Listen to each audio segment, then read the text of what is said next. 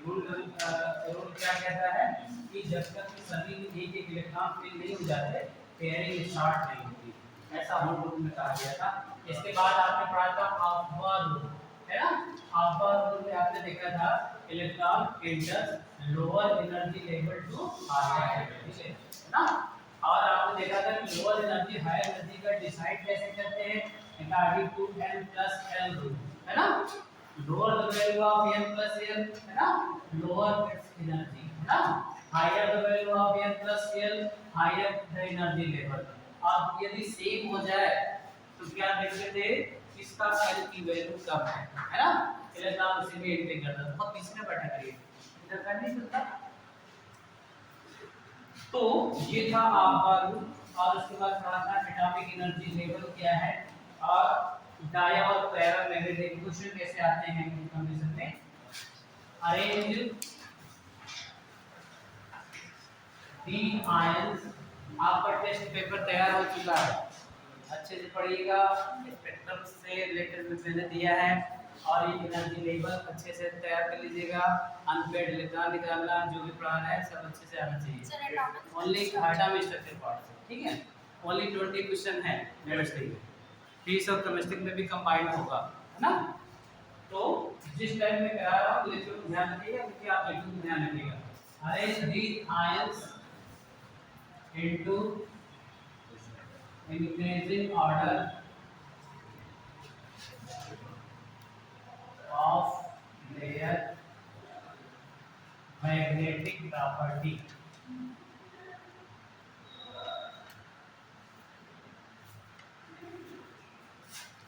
Nickel 2 plus, manganese 2 plus, iron 2 plus, cobalt 3 plus. ये question मैंने दिया है, इसको अरेंज करके दिखाइए।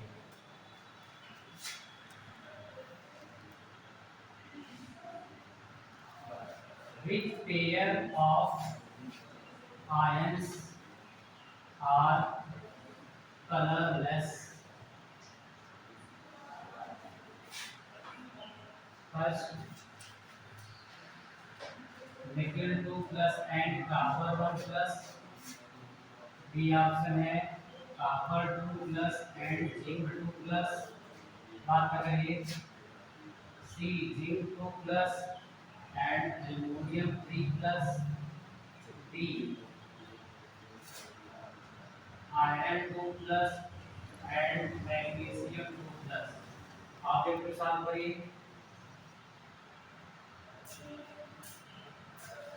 और इसको अरेंज करके दिखाइए। पहले ऐसे बिल्कुल सिंपल है, तो ये एनपेड इलेक्ट्रॉन से तो अरेंज करेंगे ना, जिसमें ज्यादा होंगे तो ज्यादा मैग्नेटिक इलेक्ट्रिक का होगा, ठीक है ना। और इंक्रीजिंग ऑर्डर का मतलब ध्यान रखिएगा, ये साइन लगेगा, है ना। सबसे कम वाला उससे ज्यादा, उससे ज्यादा, उससे ज्यादा, ये तो होता है इंक्रीजिंग ऑर्डर 1 2 3 4, है ना। अरेंज कर दीजिए।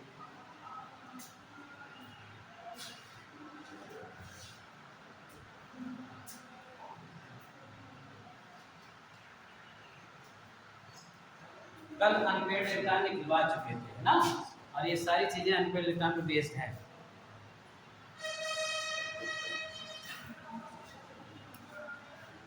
और देखिए पेपर मैंने इंग्लिश में बनाया, आई थिंक बहुत ज़्यादा समझने में दिक्कत ना होगी, नहीं समझ में दिक्कत आ रहा है। इंक्रीजिंग ऑर्डर डिक्रीजिंग ऑर्डर ये है, मैग्नेटिक है, पैरा है ना। तो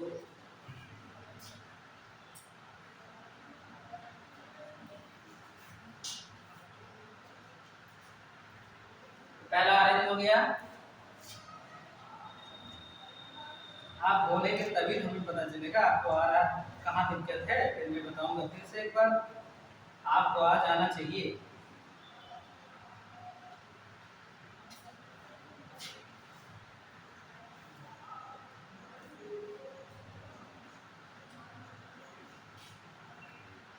ध्यान नहीं है, निखिल है नहीं, निखिल का एटॉमिक नंबर 28। इसको एटॉमिक नंबर अगर कंफ्यूजन हो तो वही पूछ लीजिए। निकल 28, कॉपर 29, है ना। जिंक 30, एल्युमिनियम 30, आयरन 26,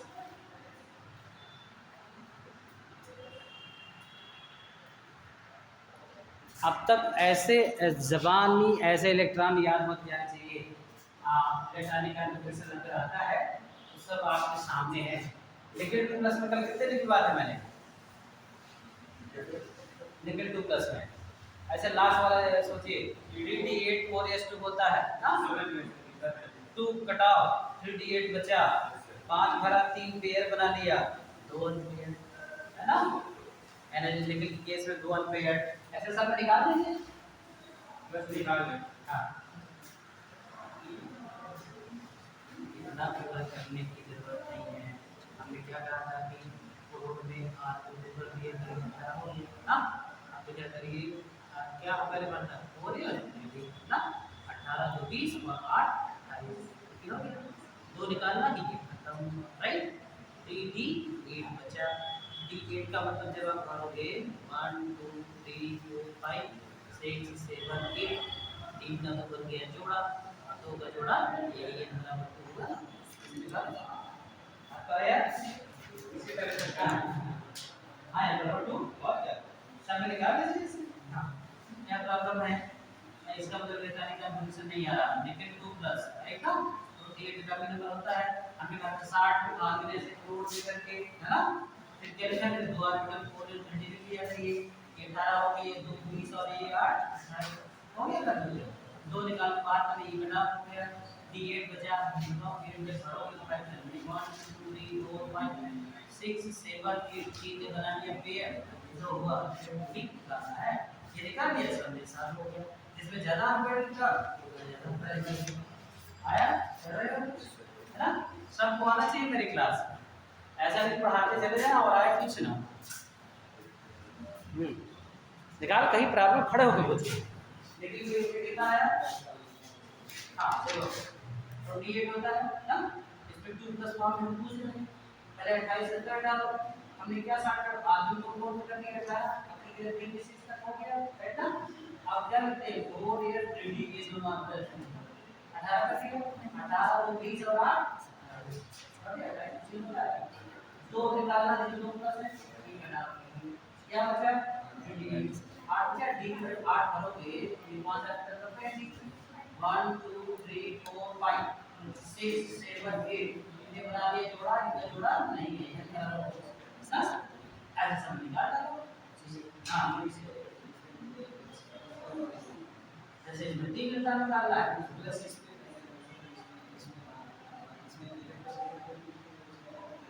कोई दूसरी कोई बात नहीं, कोई बात नहीं, दो निकालना है ठीक है। हाँ आइए बताइए। हाँ लेकिन मैंगनीज पेयर के बाद लेकिन सबसे कम है हाँ और सब इसके मैंगनीज पेयर के बाद देखिए इसमें आएंगे 2 अनपेयर राइट, निकाला था इसमें आएंगे, अभी कल ही निकलवाया था, आपको चार्ट नहीं बनवाया था 5 अनपेयर आया मैंगनीज में 5 अनपेयर किसका नहीं आया है, आया है इसमें आया होगा 4 आयरन प्लस 4, इसमें आया होगा 3D7 4s2, ये 2 कटा 6 कटा, इसमें भी 3 निकालना है ना रीड के लिए। अच्छा 3D देखिए क्या होता है 3D7 4s2 होता है, अच्छा मुझे लगता है इक्विवेलेंट हो जाएगा, एक काम करिए इसको 2 प्लस में बनाइए ठीक है, तो 2 प्लस का निकालिए, देखिए 18 तो 20 27 दो ये कटा होगा 3D7, D7 का मतलब क्या 1 2 3 4 5 6 7 3 एम्पीयर, कितने एम्पीयर 3 है ना, अगर यहाँ पे 3 होता तो 4 एम्पीयर आता, दोनों इक्वल हो जाते राइट ना, तब आप ऐसे लिखते आयरन है कोबाल्ट इक्विवेलेंट लिखते ऐसा साइन लगाते, लेकिन अब यहाँ 2 प्लस में होगा तो बताइए इंक्रीजिंग ऑर्डर में करना है, सबसे ज्यादा सबसे कम अरे मैंने क्वेश्चन को बदल दिया है क्योंकि अगर 3 3 होता दोनों का बराबर हो जाता, 4 4 अनपेड लिखना है ना। अब इसको 2 प्लस में कर दिया, कोबाल्ट 2 प्लस में एग्जिस्ट करता है 3 प्लस में बनता है, जैसे आयरन 2 प्लस में और 3 प्लस में है ना।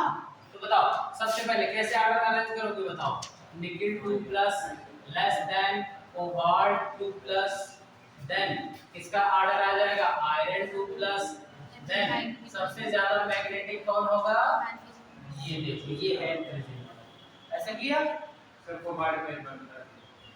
चलो देखो, कोबाल्ट का एटॉमिक नंबर होता है 27 होता है ना। देखिए आपको इलेक्ट्रॉनिक कॉन्फ़िगरेशन जबरदस्त आना चाहिए तभी ये सब हो पाएगा ना। अब देखिए 27 होता है, 28 निकल का, 29 कॉपर का, है ना।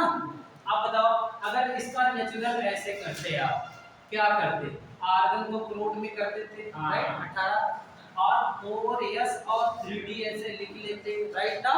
बताओ 18 2 20 और 7 27 ऐसे होते ना। अब हमको 2 प्लस दिया था तो 2 निकालना है, कौन सा ऑर्बिटल खत्म हो जाता, लोअर एनर्जी खत्म होता।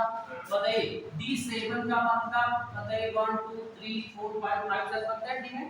पहला गया, दूसरा, तीसरा, चौथा, पांचवा, छठा, सातवां। अब आप देखिए क्या दिखाई दे रहा है, n की वैल्यू कितनी है 3 है ना। बस n की वैल्यू निकालना था, फिर इंक्रीजिंग ऑर्डर में देना था। देखो इसमें 2 अनपेयर, इसमें 3, ये 4 और ये 5, ये देखो हो गया है ना इस तरह से। अब ये क्वेश्चन सॉल्व करिए, which pair of ion are colourless, आयनों का कौन सा जोड़ा रंगहीन है। कलरलेस मींस रंगहीन कोई नहीं है सर रंग है। अच्छा नीचे वाले में होगा ऊपर सब अनपेयर्ड है, सब कलर्ड होंगे है ना। सॉल्व करो आप।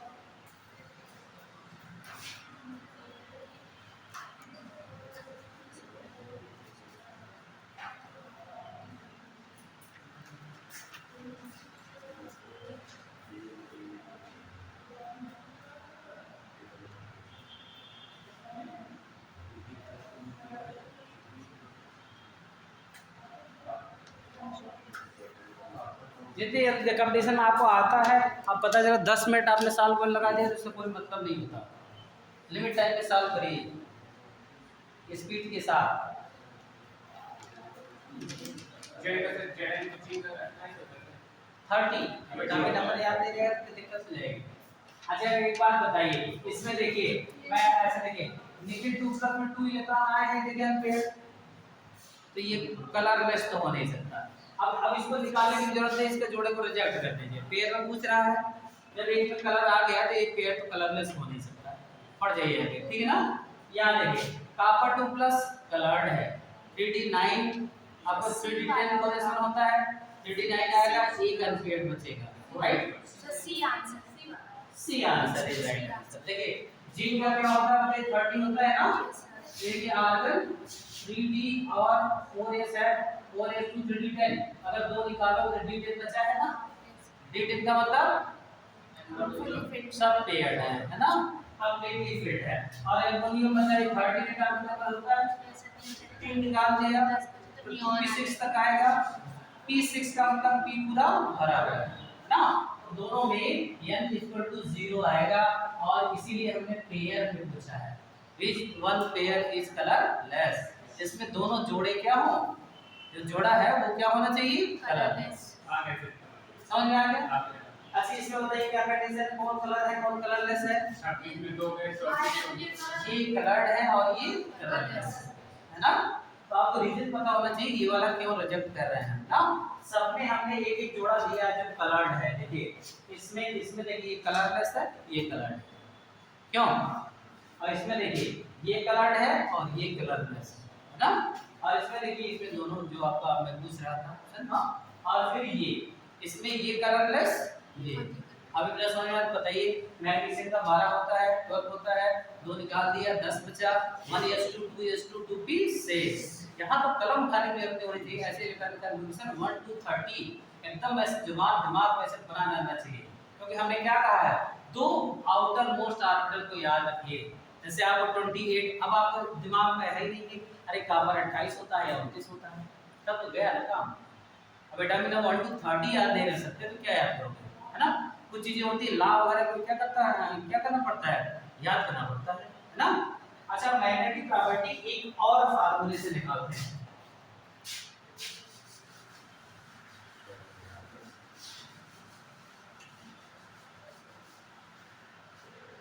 मैग्नेटिक प्रॉपर्टी निकालते हैं, मैग्नेटिक मोमेंट निकालते हैं, मैग्नेटिक मोमेंट। ये निकालते हैं, इसको निकालते हैं म्यू बीएम। इसकी यूनिट होती है बोर मैग्नेटॉन। क्या यूनिट होती है? Bohr magneton. और इसका फार्मूला होता है equal to under root n नहीं n+2 where n equal to होता है नंबर ऑफ अनपेयर्ड ना इलेक्ट्रॉन। तो आप देखिए कभी कभी वैल्यू देकर पूछता है कितने बोर मैग्नेटॉन की वैल्यू दे देगा और कहेगा, अगर आप कह दें calculate the magnetic moment of Mn2 plus ion and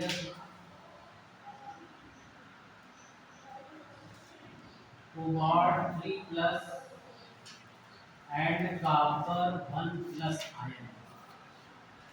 Or if the value of mu bm is equal to 0, then ion is colorless.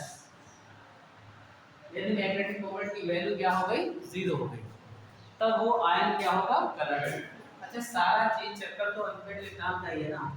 अगर वो निकालना सीख गए तो मैग्नेटिक मोमेंट निकालना सीख जाओ, है ना। मैग्नेटिक मोमेंट निकाल देंगे, पता चल जाएगा। अब आपको पता है, हाँ बिल्कुल करिए। मैग्नेटिक कितना है? 5 अनपेड आया था, अभी किया है आपने। उठा के वैल्यू रखिए, इसका म्यू बीएम निकालिए।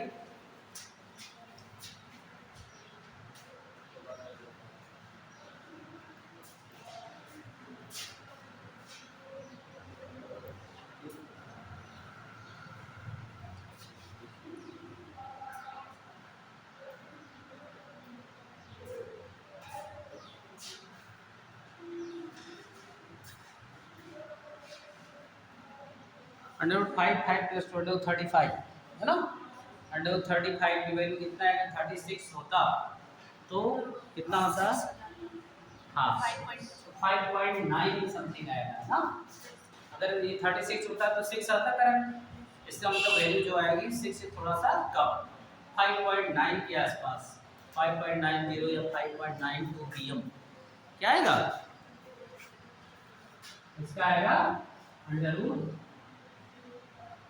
√5 plus 2 √35 5.90 समथिंग अप्रॉक्स वैल्यू इसी के आसपास आएगी, है ना।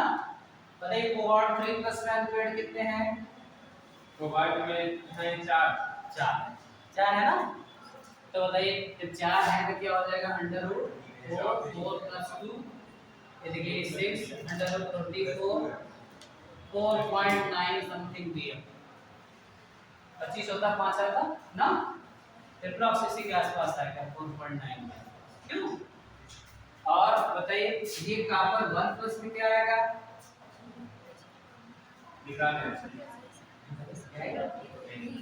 कैसे? n is equal to 0, ये वैल्यू 0 है, √0 plus 2 है ना। √0 is equal to 0। इसका मतलब आप कह दें कि इसमें कौन सा आयन कलरलेस है अकॉर्डिंग टू मैग्नेटिक मोमेंट। कौन सा आयन कलरलेस है बताइए? है ना। 4 अनपेड इलेक्ट्रॉन निकाल करिए या मैग्नेटिक मोमेंट निकाल, है ना। अगर सर भी हां Cu प्लस x कलर 0 है, जब अनपेड 0 हो गया तो √0 सब 0 हो गया ना, तो ये क्या हो गया? कलरलेस, है ना।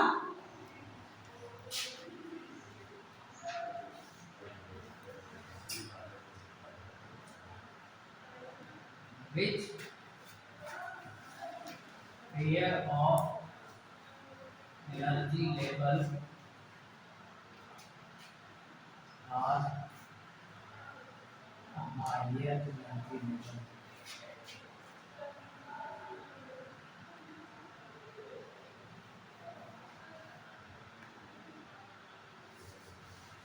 एनर्जी लेवल का ऑर्डर टेस्ट में आपसे पूछा जाएगा, अच्छे से समझ लीजिएगा।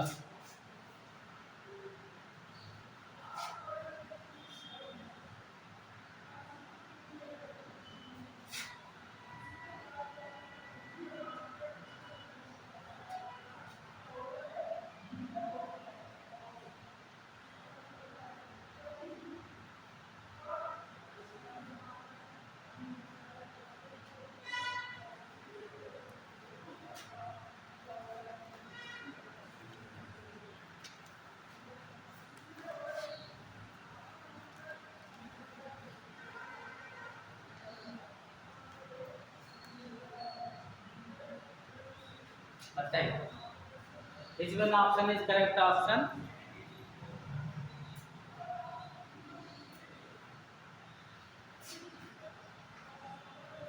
Which pair of energy level are high energy level? In pairs में कौन सा पेयर ऐसा है जिसका एनर्जी लेवल हाई है? कैसे निकालेंगे बताया था कल मैंने, n प्लस l रूल है ना, निकाल के दिखा दीजिए।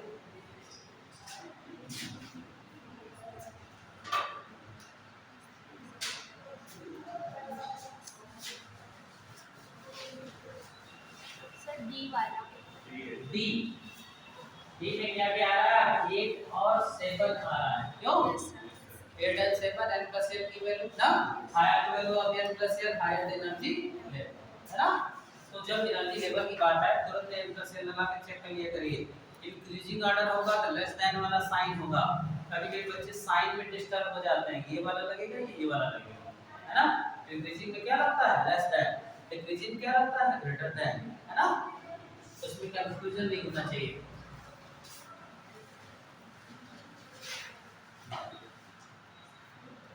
आइए स्टडी है प्लांक क्वांटम इक्वेशन।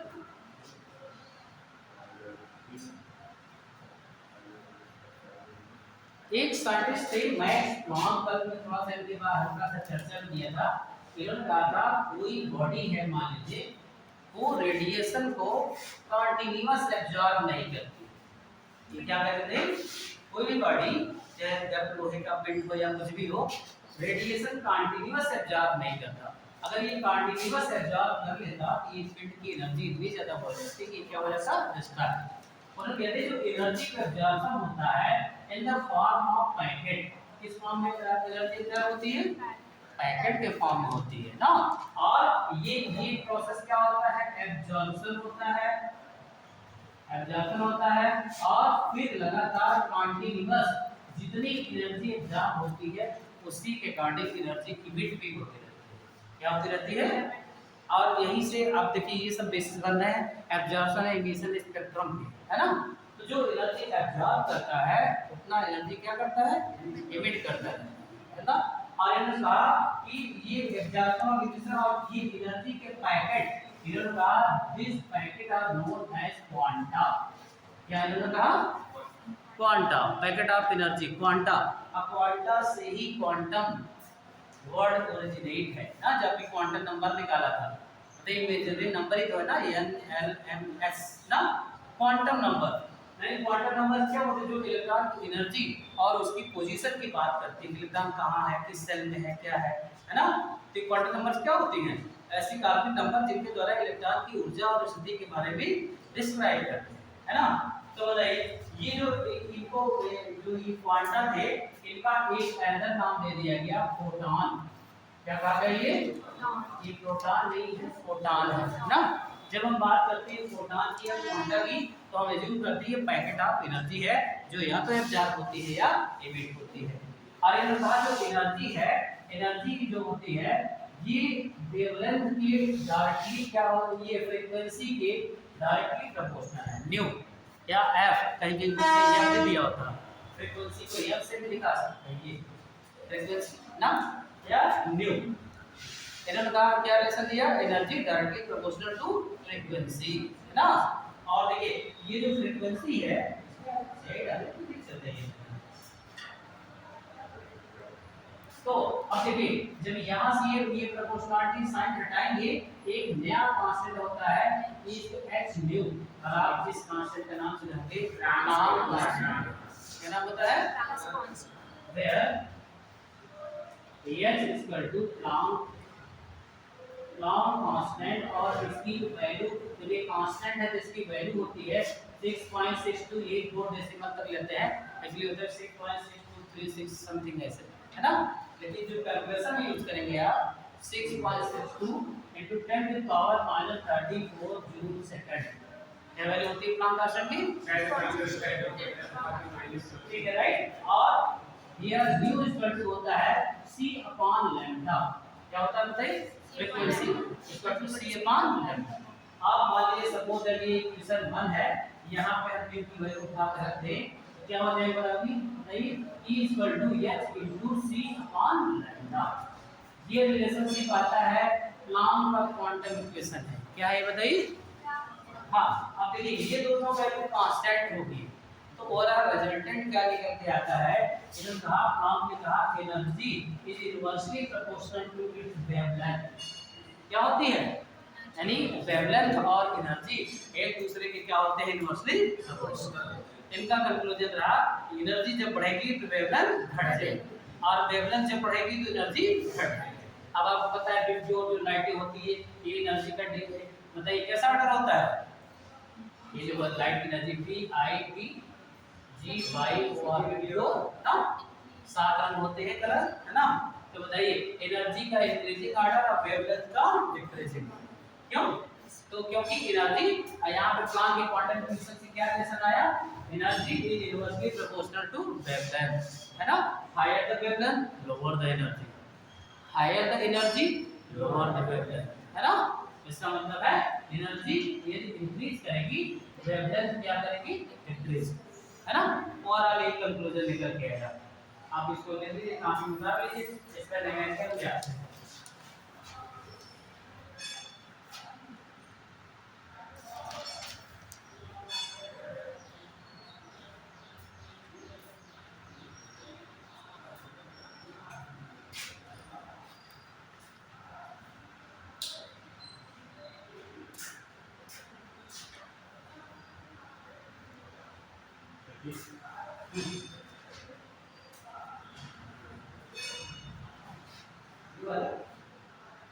ये पे जाता है n की वैल्यू क्या होती है?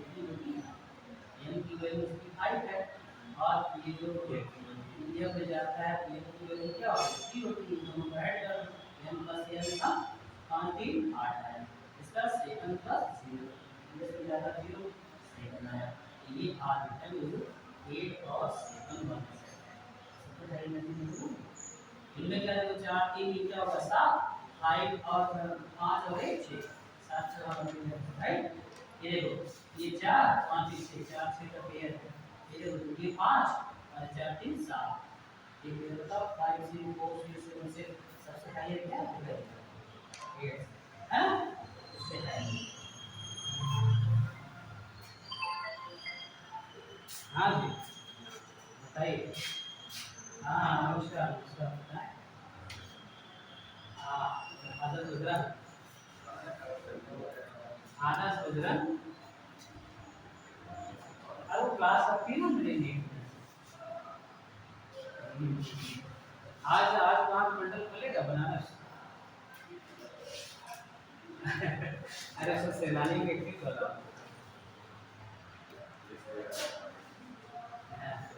त्रिपाठी सर और सब बोल दो मैक्सिमम में।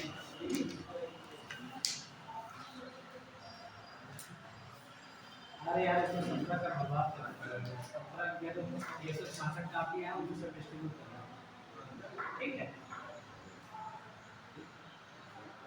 अभी मैं श्री प्रकाश से का फोन कर दीजिए इसको श्री प्रकाश ठीक है। चलिए तो प्लैंक क्वांटम इक्वेशन में सकते हैं क्वांटम शब्द कहां से आया? किसने यूज किया? प्लैंक है ना। और एक क्वांटम मतलब पैकेट ऑफ एनर्जी है ना। हां अब डालेगा de Broglie equation. De Broglie equation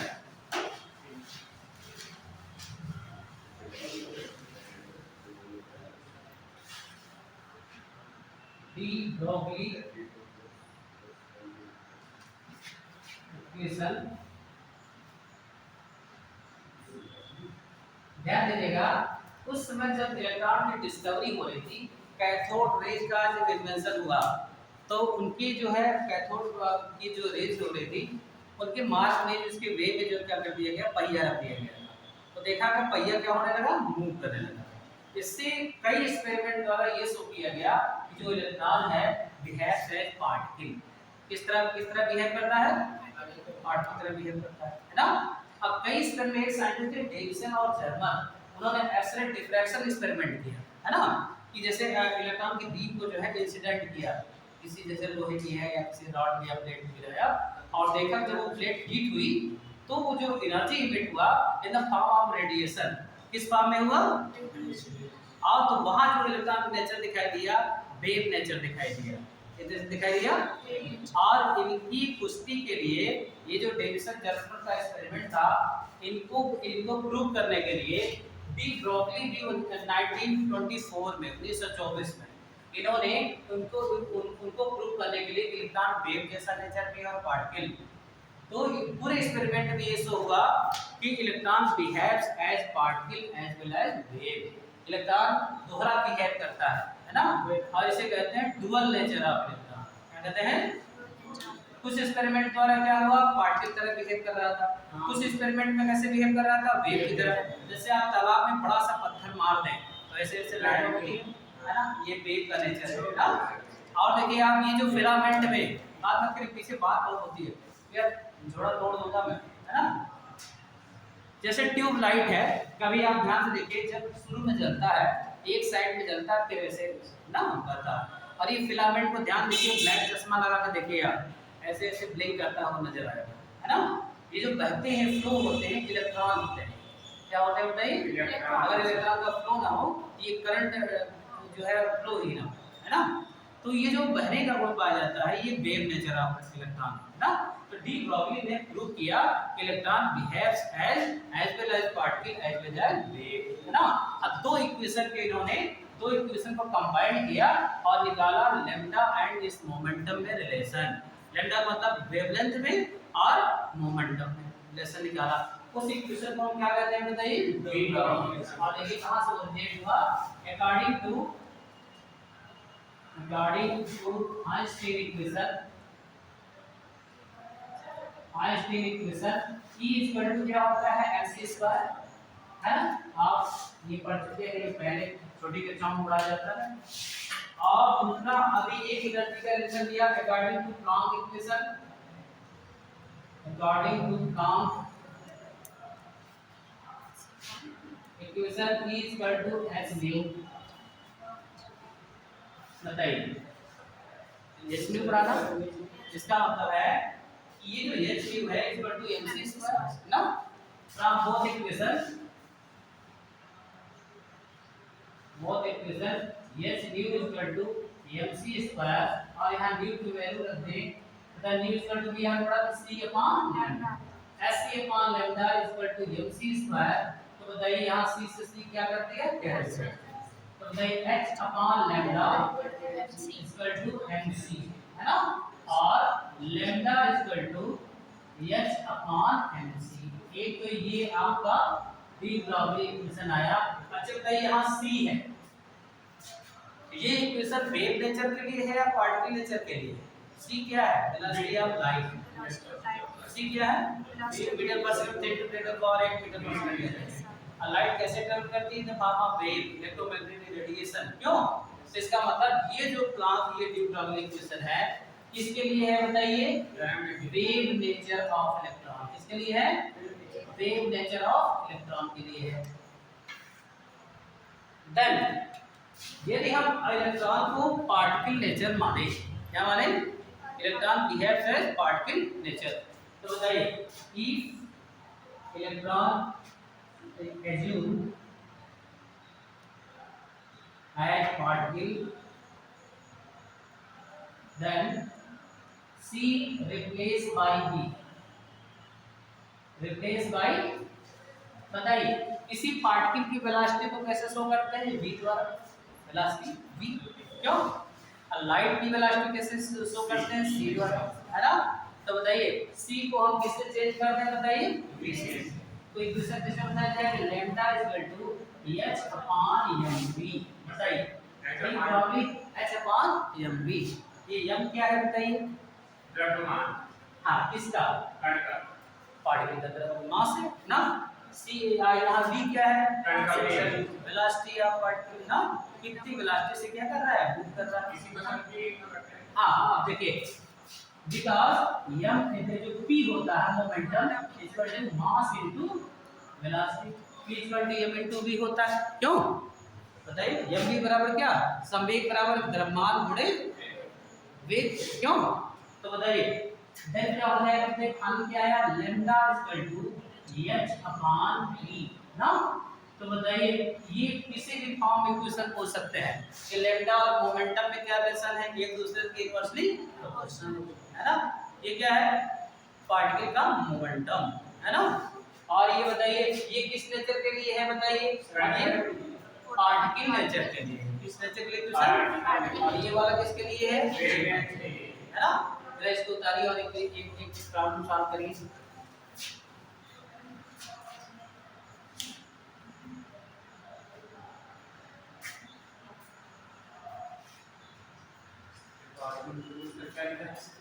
According to Einstein equation E is equal to mc square. Planck equation Planck equation h nu is equal to mc square.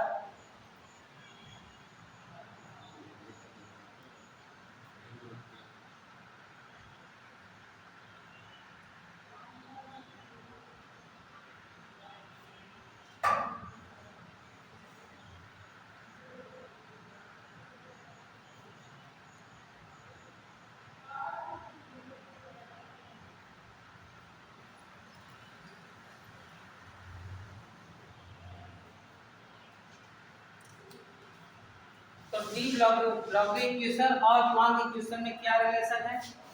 दोनों क्या energy की बात करते हैं? क्वांटम इक्वेशन एनर्जी और wavelength की बात करता है, ये किसकी बात करता है? वेवलेंथ और मोमेंटम की बात करता है। क्यों?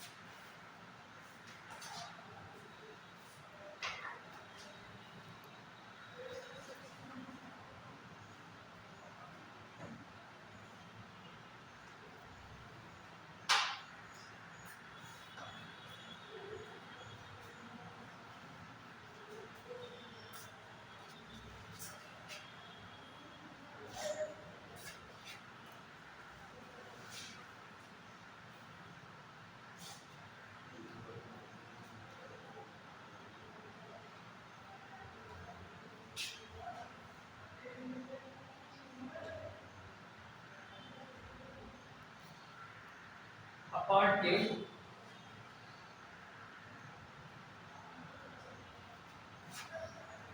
which mass is 0.99 kg moving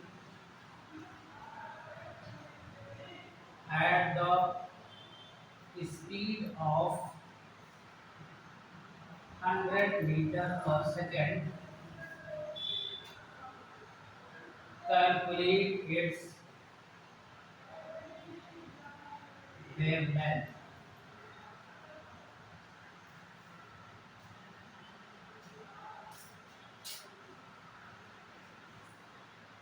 एक पार्टिकल है जो जिसका मास कितना है? 0.99 kg है ना, और कितने मीटर पर सेकंड के राउंड से मूव कर रहा है? 100 मीटर। इसका मतलब जो यूनिट है एमजीएस यूनिट में देख रहे हैं ना। मास किसमें है? केजी में है ना। और देखिए वेलोसिटी किसमें है? मीटर पर सेकंड, यानी एमजीएस यूनिट में है ना। अब आप इसकी क्या निकालना है आपको? वेवलेंथ। अब आप समझ सकते, मास दिया है, v दिया है, तो इसका मतलब है कि ये पार्टिकल किस नेचर की बात? पार्टिकल नेचर की बात हो रही है, यहाँ इलेक्ट्रॉन के नेचर की बात नहीं हो रही है ना। तो लगाइए जरा D block equation. Lambda is equal to h upon mv। h की वैल्यू कांस्टेंट है, जानते ही हैं आप। क्यों?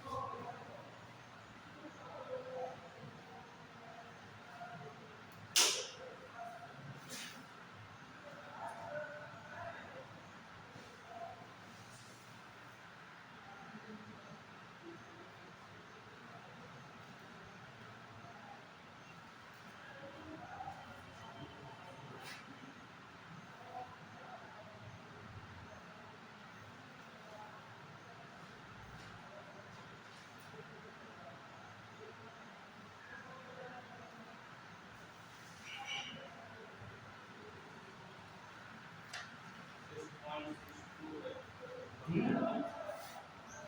मान क्या मान लें? मास है केजी में। हाँ, 6.63 so 10 to the power minus 36. 36।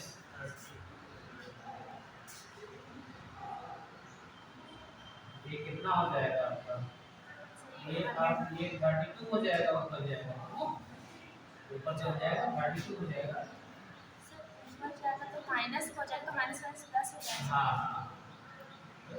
Minus 36 हो जाएगा, ये होगा 0.99 है ना। ऊपर डेसिमल हटा दीजिए, 662/99 into 10 to the power minus 36 divide करिए, डिवाइड करते हैं 6.68 6.6 ये इसका इससे डिवाइड था।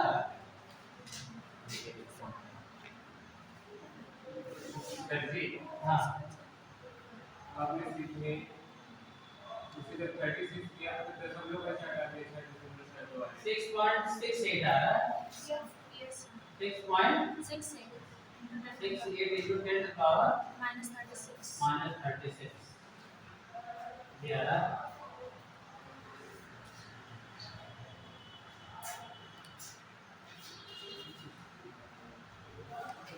कैलकुलेशन पावर अच्छा होना चाहिए।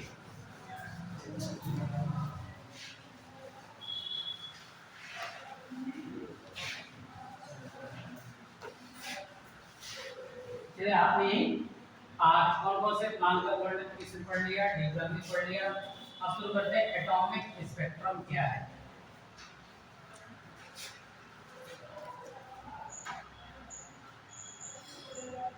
एटॉमिक स्पेक्ट्रम, स्पेक्ट्रम क्या होता है बताइए। कल मैंने थोड़ी सी चर्चा किया था स्पेक्ट्रम के बारे में।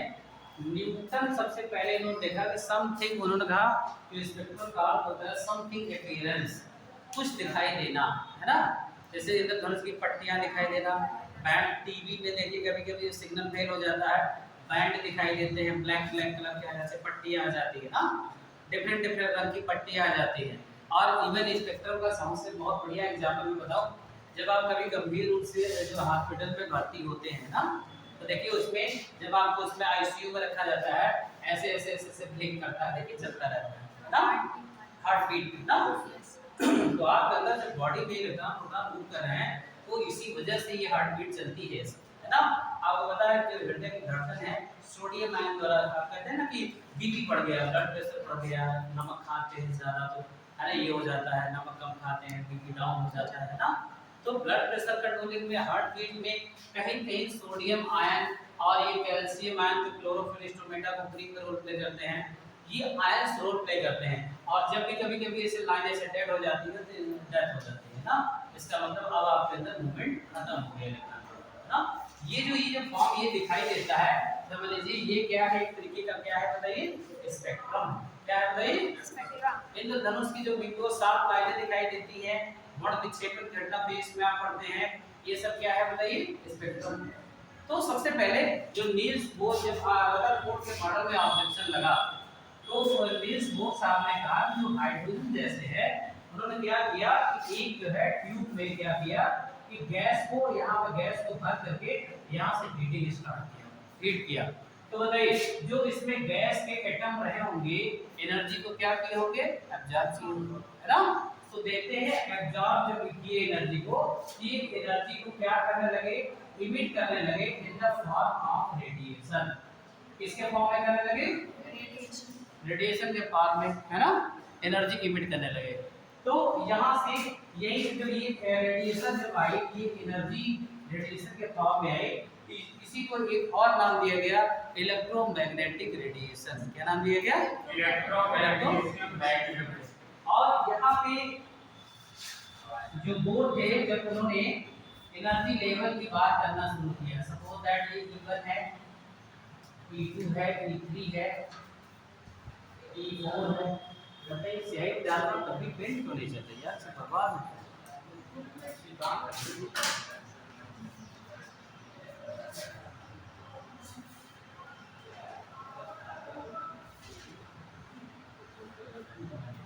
पता है हिस्ट्री हो और दूसरे सब्जेक्ट को पढ़ाया भी जा सकते हैं ऐसे बोल के।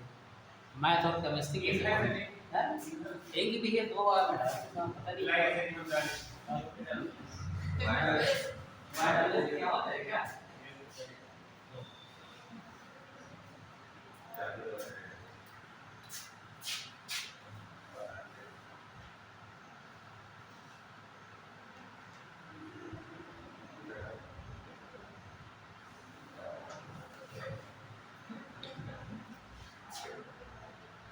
डाल दिया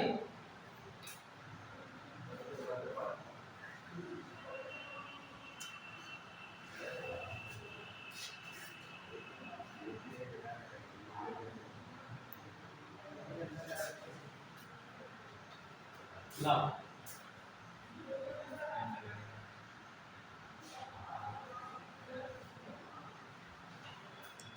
तो ये छोटा है क्या है? ये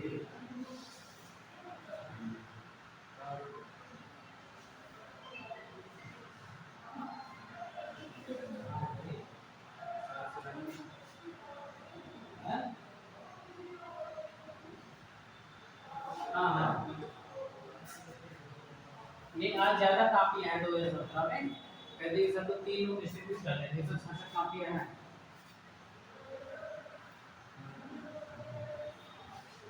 अब बात अभी लास्ट समझते हैं ना तो हो जाएगा कहते हैं 3 किलो 5 लीजिए ठीक है। हाँ 50 बना सकते हैं। चलिए हम आपको बात करते हैं सामने मंडल खुलेगा ठीक है।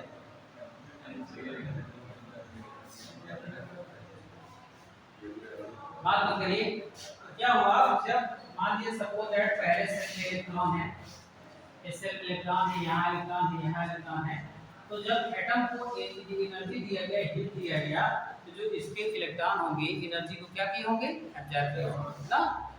जब एनर्जी को एब्जॉर्ब किए होंगे तो इनकी एनर्जी क्या हुई होगी बढ़ गई होगी है ना। और ये एक सेल से दूसरे सेल में तो इस सेल से इस सेल में यहाँ से यहाँ तक क्या करेंगे जंप करेंगे इनकी एनर्जी क्या हो जाएगी बढ़ जाएगी है ना।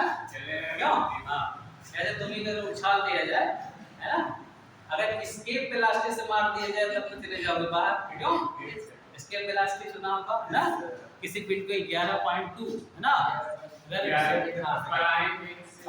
उसी की स्केप वेलोसिटी कहते हैं ठीक है ना।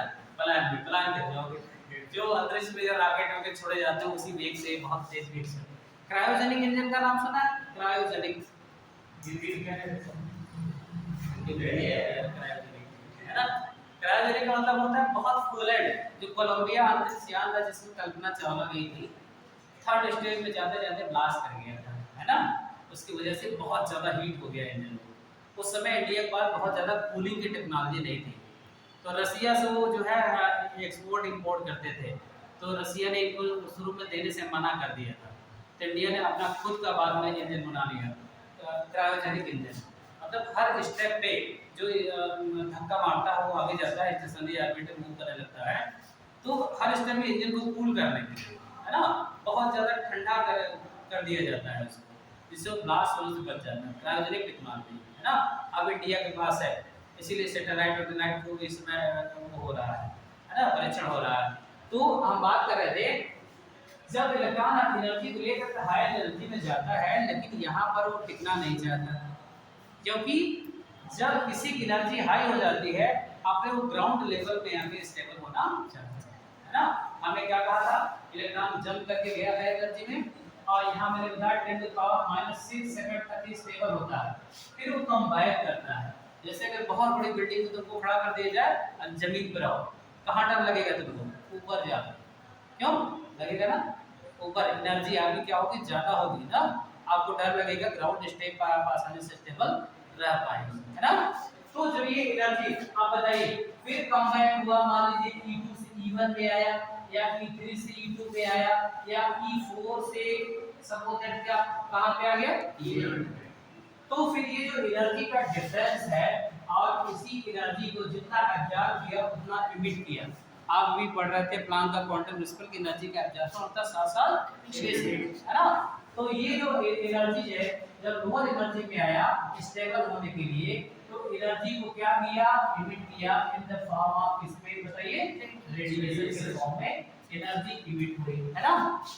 और इसीलिए इस स्पेक्ट्रा को क्या कहा गया, इमिशन स्पेक्ट्रा भी कहा गया। कैसे स्पेक्ट्रा कहा गया, इमिशन स्पेक्ट्रा कहा गया। अच्छा ध्यान रखिएगा, एटॉमिक जो स्पेक्ट्रम है वो डिसकंटीन्यूअस डिस्क्रीट स्पेक्ट्रम है। इसको क्या कहा गया, डिस्क्रीट स्पेक्ट्रम और लाइन स्पेक्ट्रम बोल दिया गया। लाइन स्पेक्ट्रम क्यों कि जब वो आपको देखा जब यहाँ हीट दिया गया, रेडिएशन निकला, तो जो कुछ कलर की स्पेशल कलर की पट्टियां, मान लीजिए पहले कहीं ब्लू और ग्रीन लाया था, कहीं येलो कलर दिखाई दिया, कहीं ब्लैक कलर दिखाई दिया ना, तो मतलब कंटीन्यूअस नहीं था कि हर रंग दिखाई दे, है ना। इसीलिए कंटीन्यूअस स्पेक्ट्रम को ना होकर के उस ऐसे स्पेक्ट्रम को क्या कहा जाता है, डिस्क्रीट स्पेक्ट्रम या लाइन स्पेक्ट्रम। कुछ विशेष लाइनें ही मिली, है ना।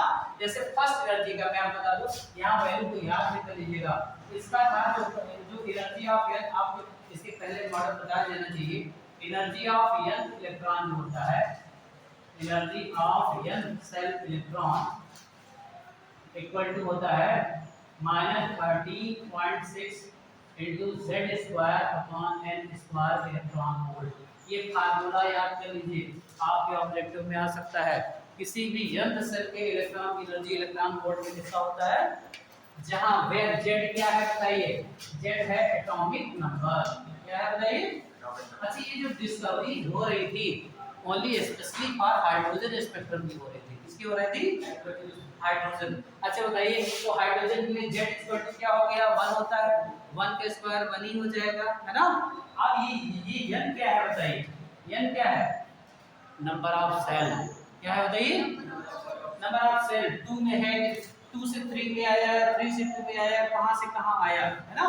ये बताइए n क्या है बताइए, नंबर ऑफ सेल। अच्छा ये जो एनर्जी का डिफरेंस है, z क्या है, एटॉमिक नंबर है, n क्या है बताइए, नंबर ऑफ सेल है ना।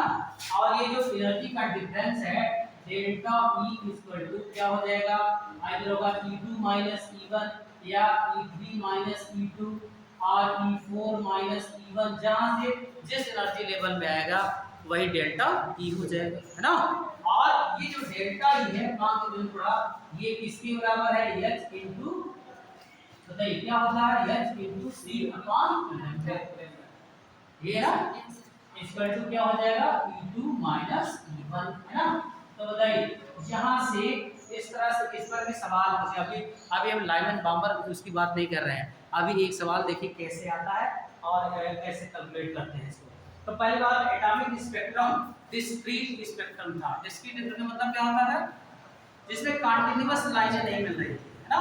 जैसे देखिए पहले सेल की जो एनर्जी थी 13.6 इलेक्ट्रॉन वोल्ट थी, दूसरे सेल की -3.4 इलेक्ट्रॉन वोल्ट, इस सेल की थी -1.5। की वैल्यू याद रखिएगा, आपको इसमें कंपैरिजन काम आ सकता है, इतनी यानी चाहिए।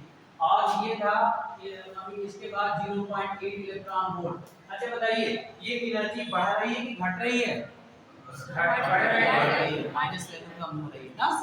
तो बताइए इसका मतलब जो इलेक्ट्रॉन सेल में है, इस सेल में आया तो एनर्जी और बढ़ गई, इससे इसमें गया तो एनर्जी बढ़ गई, है ना। तो इंक्रीजिंग एनर्जी लेवल है। अच्छा बताइए जब इसमें से इसमें आएगा तो वो उतनी ही एनर्जी को क्या करेगा, इमिट करेगा ना। जब इससे इसमें आएगा तो एनर्जी का क्या करेगा, इमिशन करेगा, है ना। अब देखिए ये क्वेश्चन कैसे बनाते हैं। तो पहली बात, इमिशन स्पेक्ट्रा क्यों कहते हैं बताइए, क्योंकि स्पेक्ट्रम मिलता ही है जब एनर्जी का क्या होता है, इमिशन होता है, एनर्जी बाहर निकलती है। और वही स्पेक्ट्रम फॉर्म इलेक्ट्रोमैग्नेटिक रेडिएशन के फॉर्म में एग्जिस्ट करती है ना।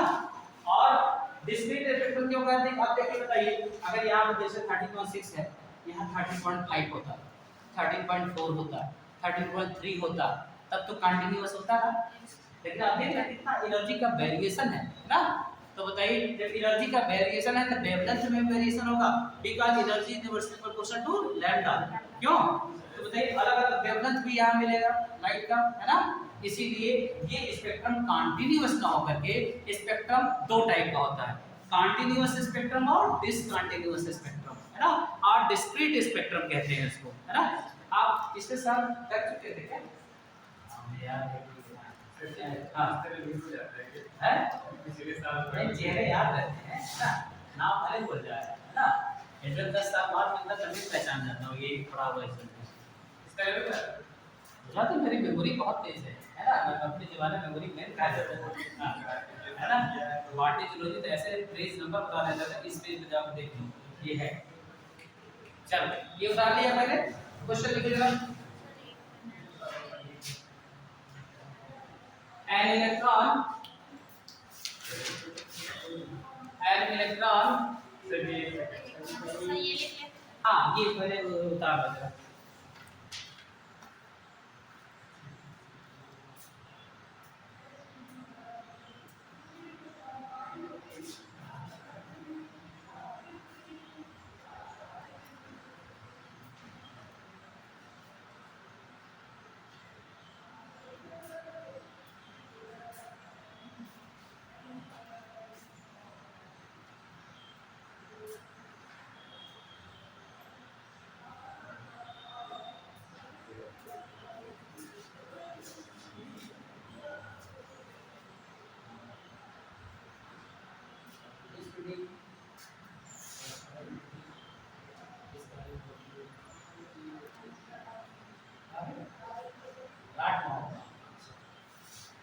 उधर की एक लड़की कोमल गुप्ता पढ़ रही है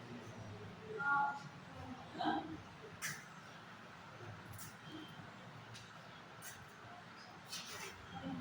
आप लोगों को मालूम नहीं रहता कि बच्चे इतने कम क्यों रहते हैं, कम काम डालते हैं क्या इसमें? बहुत सारे बच्चे होने चाहिए। ग्रुप में तो बहुत सारे खराब नहीं आते होंगे, इंटरेस्ट दिया होगा आप लोगों ने। सर हमने पुराने बच्चों का दोबारा अपने आप पहले मंडल में जिला वाला बैठ गया। अच्छा इन्होंने जिला वाला हाँ अच्छा, अब रिमूव कर ले इसको, हटा दे। बच्चे जब ज़्यादा होते हैं ना तो बहुत अच्छा लगता है पढ़ाने के लिए, फ्रेश होता है। तो ज़्यादा बच्चे बैठे मुझे नहीं आता ना, मैंने इलाहाबाद में बड़े बड़े हालों में पढ़ाया है, 200 बच्चे 150 बच्चे बैठे रहते थे जैसे, अरे ये माइक लगा कर ये वाला है ना, तो होता है ना वाटर साउंड वाला, है ना। चलिए क्वेश्चन लिखिएगा। An electron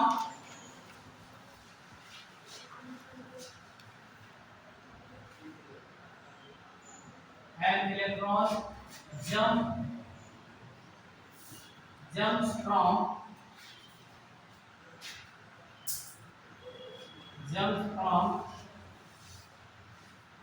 second cell to first cell, n is equal to 2 to n is equal to 1. Calculate its energy, बात करो जी, energy and wavelength। एक इलेक्ट्रॉन जो है क्या कह रहा है, N2 से N1 में आता है। कहाँ से आता है भाई? यदि दूसरे सेल से पहले सेल में आता है, अगर आता है तो एनर्जी को क्या करेगा, राइट ना। तो उसकी हमको क्या निकालना है, एनर्जी निकालना है, और क्या निकालना है। अब ऐसे एक एग्जांपल बताऊंगा, फिर आपको R की जो अभी आप रेडबर्ग कांस्टेंट आएगा आगे, है ना, उसकी वैल्यू याद करने की जरूरत नहीं है, बट फिर भी थोड़ा सा फार्मूला बता दूंगा, ठीक है। अब बताइए आपको एनर्जी जो डेल्टा ई है, बताइए E2 माइनस E1 के इक्विवेलेंट होगी, क्यों? और E2 का मतलब ये देखिए कहाँ से आ रहा है, N2 से एनर्जी।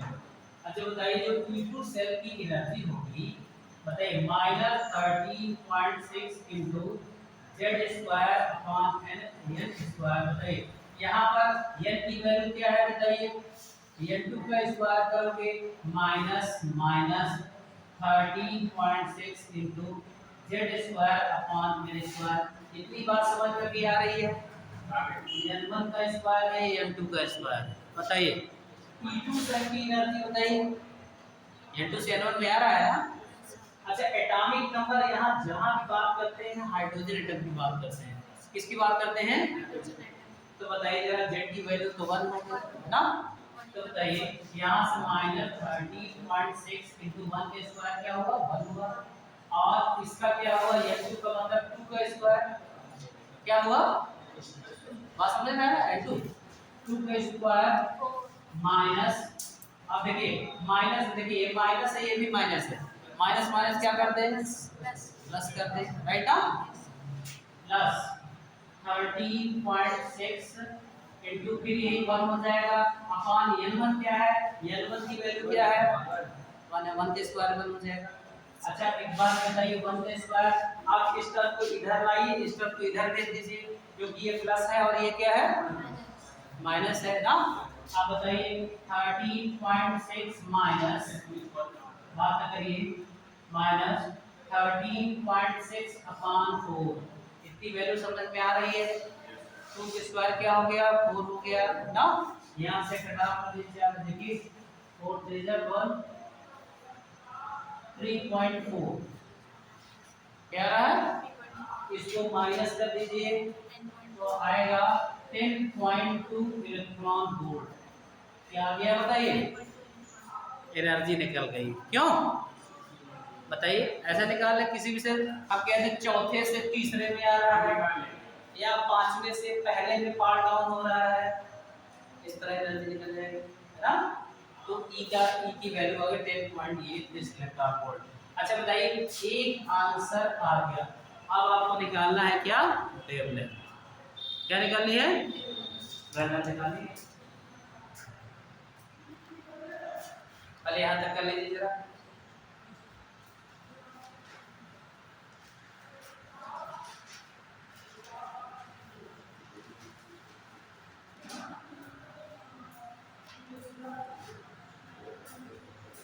अच्छा बताइए एक अभी आपके क्वेश्चन में डेल्टा इज बराबर h न्यू या hc अपॉन लैम्डा है ना, hc अपॉन लैम्डा, और आपको निकालना है अच्छा बताइए आपको लैम्डा निकालना है, h और c क्या है बताइए कांस्टेंट है, क्या है कांस्टेंट है। तो यहाँ कैसे आप निकालेंगे बताइए, या तो उसकी पूरी वैल्यू रख के h की वैल्यू रख के c की वैल्यू रख के या s की वैल्यू रख के है ना, और एनर्जी किसमें आपकी एनर्जी किसमें आई है बताइए इलेक्ट्रॉन वोल्ट में आई, किसमें आई एनर्जी इलेक्ट्रॉन वोल्ट, और फिर एंगस्ट्रॉम में बदलने के लिए फिर इलेक्ट्रॉन वोल्ट को इसमें जो मीटर पर सेकंड इसमें चेंज करना पड़ेगा ना। तो आपको मैं ट्रिकी एक बात बता दूं कि जो लैम्डा है और ये एनर्जी है, अगर इसको कुछ में बदलिए, अगर मान लीजिए 10.2 इलेक्ट्रॉन वोल्ट है ना, और यहाँ h की वैल्यू रखेंगे c की वैल्यू रखेंगे तब जाके लैम्डा कंप्लीट हो जाएगा ना। ये लंबा प्रोसेस हो गया, लॉन्ग प्रोसेस हो गया, इसमें इंटरचेंज भी करना पड़ेगा है ना। तो एक काम किया करिए कि इलेक्ट्रॉन वोल्ट में निकालना हो तो delta equal to electric formula है trick equal to 1237 upon lambda, और ये एनर्जी आ जाएगी। अब यहाँ पे जब ये रखेंगे आप तो ये जो आंसर आएगा एंगस्ट्रॉम में होगा, इसमें आंसर होगा ध्यान रखिएगा। अब वहाँ पे इलेक्ट्रॉन वोल्ट में था, वेवलेंथ एंगस्ट्रॉम में निकाला जाता है ना। तो ये सब इसकी वैल्यू रखें, इसकी वैल्यू रखें, इन सब से बचने के लिए ट्रिकी अप्रोच का फार्मूला लगा लीजिए। बताइए ट्रिकी अप्रोच क्या है, अगर डेल्टा E इलेक्ट्रॉन वोल्ट में आ चुका है, इलेक्ट्रॉन वोल्ट को वेवलेंथ को आपको एंगस्ट्रॉम में निकालना है, ठीक है ना। तो एक कांस्टेंट वैल्यू कहां से आई होगी समझ रहे हैं, h और c का गुणा भाग करके मल्टीप्लाई करके ये सब आया होगा इंटर कन्वर्ट करके, ठीक है ना। तो ये ट्रिकी अप्रोच है कि आपको एनर्जी निकालनी है किसमें एंगस्ट्रॉम में, और ये एनर्जी इलेक्ट्रॉन वोल्ट में हो और वेवलेंथ निकालनी है किसमें एंगस्ट्रॉम में। अच्छा बताइए अब यहाँ से वेवलेंथ आ जाएगी ना, इस फार्मूला में रख दीजिए उठा करके, lambda equal to 1237 upon delta E, delta E क्या आ चुका है आपका सही है ना। तो बताइए सीधे डेल्टा की वैल्यू रखिए 10.2 और देखिए डिवाइड करके देखिए कितना रहा, कितने एंगस्ट्रॉम हो जाएगा।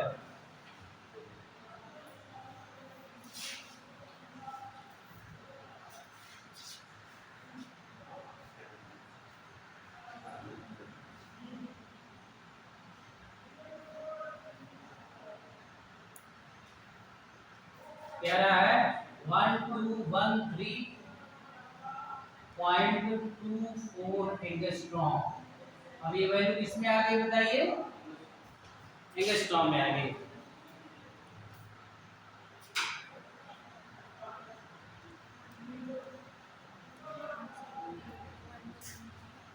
ये डिवाइड कर दी ना, ये आपका पीक अप्रोच वाला फार्मूला है।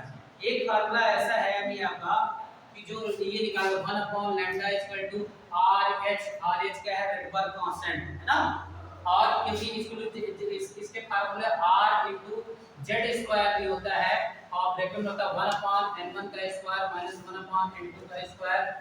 ये देखिए अब यही से ओरिजिनेट होते हैं लाइमन बामर क्वेश्चन ब्रैकेट हम सीरीज है ना की बात करते हैं, जहां जब हाइड्रोजन स्पेक्ट्रम के लिए है तो Z की वैल्यू क्या हो जाती है 1 है ना, 1/λ = R, इसलिए R S मान में S लिख दिया जाता है ना, और ये क्या होता है 1/n1 का स्क्वायर माइनस 1/n2 का स्क्वायर, और ये हो जाता है किसी भी वेवलेंथ की सीरीज के लिए लैम्डा कैलकुलेट करना, कैलकुलेट करना। और ये RH की वैल्यू चाहे तो नोट्स बनाने के लिए याद कर लीजिए 1.09 × 10⁻⁻7 मीटर इनवर्स होती है। सेंटीमीटर में 30 मीटर होता है तो 109677 सेंटीमीटर इनवर्स। और इस कांस्टेंट को क्या कहा जाता है, रेडबर्ग कांस्टेंट। कौन सा, रेडबर्ग कांस्टेंट। अच्छा अब यहाँ से इस वाले फार्मूले से क्या आप वेवलेंथ निकाल नहीं सकते, कर सकते हैं ना, है ना। चलिए क्वेश्चन लिखिए जरा।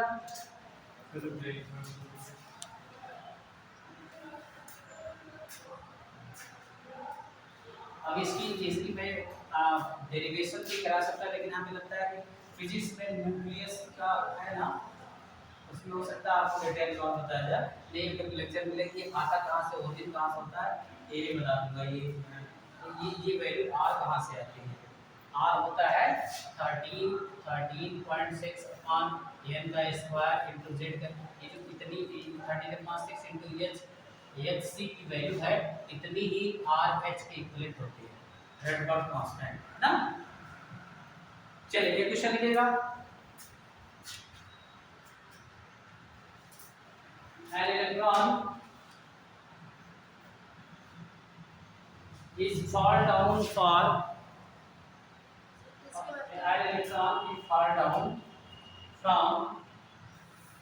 fourth energy level to first energy level, fourth energy level to first energy level।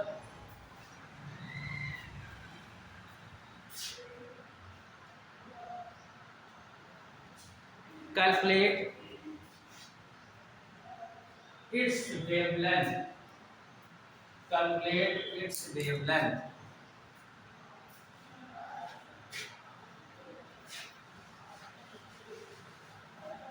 in angstrom, calculate its wavelength in angstrom। बताइए फार्मूला क्या है, आपने पढ़ा 1/λ = RH ब्रैकेट में 1/n1 स्क्वायर माइनस 1/n2 का स्क्वायर, ये फार्मूला है आपका। अभी आप देखिएगा मैं इसका भी क्वांटिटी प्रूफ बताऊंगा, 1.09 वैल्यू रखने की यहाँ जरूरत नहीं है, और निकल के चला आएगा। R की जगह 1/R की वैल्यू रखेंगे और इसको उलट देंगे। जैसे बताइए पूरी वैल्यू निकालते हैं, फिर इसको रिवर्स करते हैं, फिर मल्टीप्लिकेशन गुणा भाग बहुत ज्यादा हो जाता है ना। अब देखिए यहाँ से मैं कैसे ट्रिक इस्तेमाल करता हूँ उसको सॉल्व करने के लिए। बताइए यहाँ पे n1 = क्या है 1 है, n2 = क्या है 4। कहाँ से आ रहा है 4 से आ रहा है, कहाँ से आ रहा है 1 में ना। n2 4 हो गया, n1 की वैल्यू 1 हो गई ना। जरा यहाँ पर ऐसे देखिए 1/λ = R into Z square. Z से मतलब वही हाइड्रोजन स्पेक्ट्रम बात करता तो 1 का स्क्वायर 1 ही हो गया, राइट ना। अब बताइए यहाँ पे 1/1 का स्क्वायर माइनस 1/4 का स्क्वायर हो गया। अच्छा बताइए 1/λ = R। अब यहाँ देखिए क्या हो जाएगा 1/1 माइनस 1/60, ये हो जाएगा 15/60 क्या हो जाएगा 16 का 16 ना। तो 1 upon lambda equal to r into 15/60 ये आ गया। ध्यान रखिएगा कितना आ गया। आप देखिए कि ज्यादा कैलकुलेट कुछ नहीं कर रहे हैं, ज्यादा कैलकुलेट। आप बताइए जब लैम्डा निकालना होगा तो क्या हो जाएगा 16/15 r हो जाएगा कि नहीं हो जाएगा। r भी क्या हो जाएगा रिवर्स हो जाएगा और ये वैल्यू क्या हो जाएगी उल्टी हो जाएगी। क्यों? अच्छा बताइए हम आपको बता रहे हैं यहाँ पर अब एक ट्रिक अप्रोच का फार्मूला देखिए। जो 1/r की वैल्यू होती है 911 एंगस्ट्रॉम होती है 911 है ना। अब बताइए कैलकुलेशन आसान हो गया ना। अच्छा बताइए ये 1/r है, ध्यान रखिए क्या है 1/r। ये कैसे हो गया?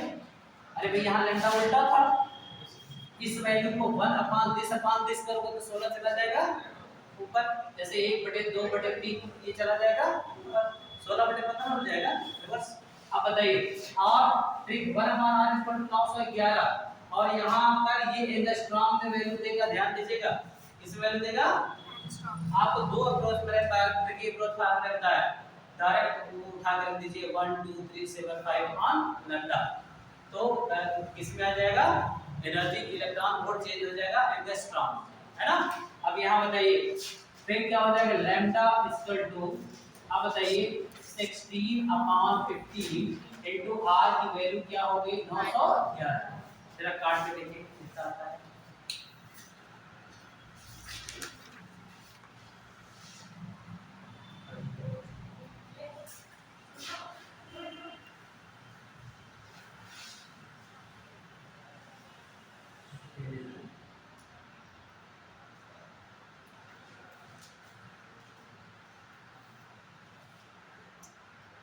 Nine 971.73 angstrom. ये देखिए आसानी से आ गया ना। हमने रेडबर्ग कांस्टेंट की वैल्यू नहीं रखी 1.062 या 109677 सेंटीमीटर इनवर्स, कितना बड़ा कैलकुलेशन हो जाता। क्यों? सीधा 1/r की वैल्यू रखा और अब आप क्या देख रहे हैं बताइए। अच्छा एक बात देखिए, ये जो वेवलेंथ है ऊपर जाकर जो हायर एनर्जी लेवल से आता है लोअर एनर्जी लेवल, तो वेवलेंथ की वैल्यू कम हो रही है ज्यादा हो रही है। अभी N2 से N1 निकाला था 1200 समथिंग एंगस्ट्रॉम आया था, बोलिए आया था ना। और अब यहाँ निकालिए चौथे से 1 में आ रहा है, फिर कितना हुआ है 977। इसका मतलब पांचवे से फर्स्ट में आएगा तो और कम हो जाएगा, कम हो जाएगा ना। इसका मतलब जैसे जैसे ऊपर जाते हैं वेवलेंथ क्या हो जाएगी घटेगी, फिर एनर्जी क्या होगी बढ़ेगी, है ना। अच्छा इसमें कई तरीके से होता है which is the shorter wavelength, which is the longest wavelength। तो उठा के देखिए लैम्डा निकाल लीजिए इस फार्मूले से और इसकी वैल्यू निकाल लीजिए, कौन से शॉर्टर है कौन से लॉन्गर है अपने आप पता चल जाएगा। बताइए इसमें ज्यादा आपको लगा कि आपको बहुत ज्यादा कैलकुलेशन है। अगर अप्रॉक्स मान लेंगे जैसे कोई वैल्यू 5 से कटने वाली है, देखिए इसको 1 1 है इसको 0 मान लीजिए, पता है दोनों वैल्यू 5 से कट जाएगी ना। एग्जाम में अप्रॉक्स वैल्यू भी देता है नियर अबाउट इतना, क्यों? तो हम चाहे 1 1 को एग्जैक्ट वैल्यू ये है, अदरवाइज हम ये 910 मान के इसको आसानी से काट सकते हैं। क्यों? कैलकुलेशन बार बताइए इनमें सब में मैं एक सवाल दे रहा हूं तब तक मुझे बताइएगा नेक्स्ट लेक्चर जब मेरा लगेगा। देखिए an electron jumps from fourth energy level to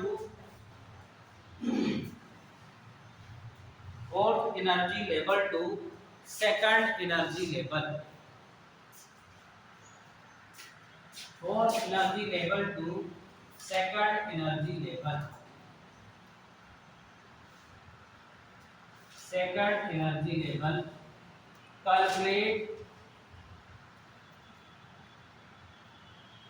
calculate its energy and wavelength, calculate its energy and wavelength।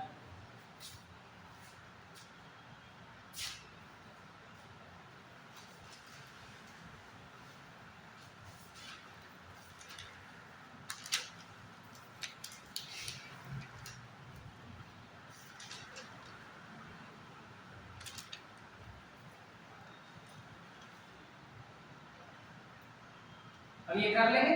जरा सा स्पेक्ट्रम देखिएगा, जब इलेक्ट्रॉन कहीं से मतलब इनफाइनाइट से आकर, है ना, कहीं से भी कहाँ हो सकता है मैक्स में इनफाइनाइट से आकर के फर्स्ट एनर्जी लेवल में फॉल डाउन होता है, चाहे यहाँ से आए, छठवें से पहले में आए, पांचवें से आए, चौथे से आए, तीसरे से आए, दूसरे से आए, है ना।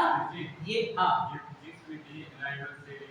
वही ये जो लाइनर सीरीज है ये अल्ट्रा वायलेट रीजन में देखी गई, जिसे आप देख नहीं सकते। अल्ट्रा वायलेट रीजन को क्या कहते हैं?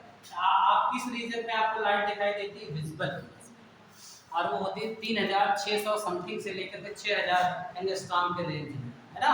उससे कम 911 से लेकर 3000 लगभग 3500 के आसपास अल्ट्रा वायलेट होती है, जिसको हमारी आंखें देख नहीं पाती, है ना। ये सीरीज थी जब कहीं से भी यदि इनफाइनाइट से आके, ध्यान रखिएगा 1 अपॉन इनफाइनाइट इक्वल टू 0 होता है।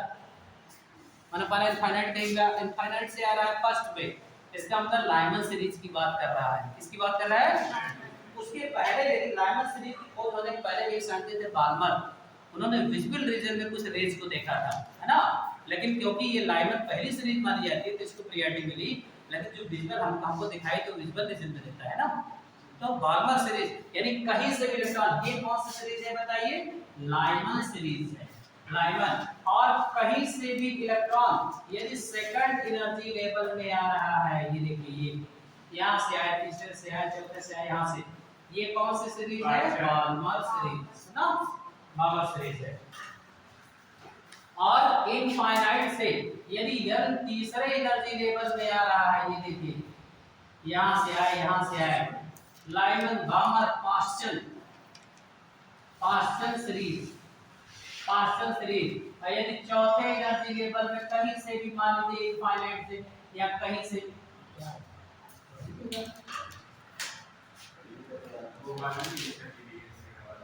हाँ उन्हें कर दीजिए जब तक ये फेक है। अब बढ़िया बात काले समय का आसपास इसे फेंक अरे ये सब फेक किसी लैब नहीं काम। वो वाला चलाइए से जो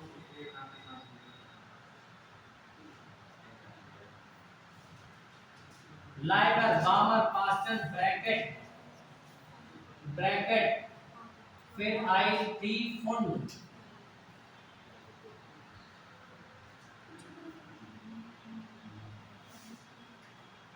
पी साइलेंट होता है या FUND फुंड, और लास्ट सीरीज थी हम्फ्री। इतनी सीरीज की लाइनें मिली थी। और ये लाइमन प्राप्त होती है अल्ट्रा वायलेट रीजन में, इसमें प्राप्त होती है अल्ट्रा वायलेट में। बामर सीरीज प्राप्त होती है विजिबल रीजन में।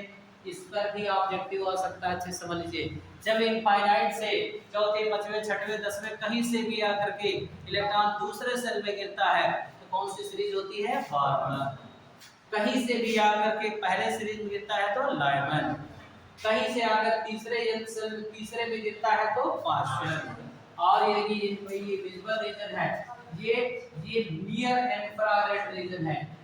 ये जो पास्चन और ब्रैकेट होती हैं ये नियर इंफ्रारेड रीजन में प्राप्त होती हैं। और फुंड और हम्फ्री फॉर इंफ्रारेड, यानी इंफ्रारेड से दूर औरत क्षेत्र में ये दिखाई देती है ना।